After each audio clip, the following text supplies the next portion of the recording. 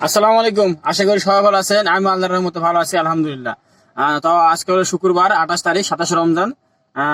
আজকে যেহেতু শুক্রবার, সরকারি অফিস আদালত অনেক ছুটি হয়ে গেছে। এই যে দেখুন, পুরো সচিবালয়ের সামনে রাস্তাঘাট ফাঁকা। তো সারা এসে মার্কেট করতে।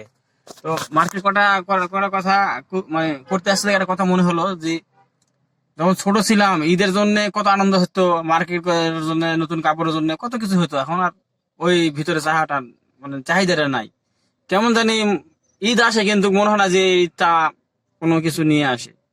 যা আছে তাই, এত উন্নতি নাই।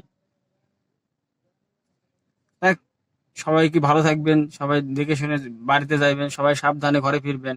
আর বাড়িতে যাওয়ার সময় সবাই মোবাইল পকেট সাবধানে রাখবেন। আর অপরিচিত দেওয়া লোকে কিছু খাবার আপনারা খাইবেন না, আশা করি।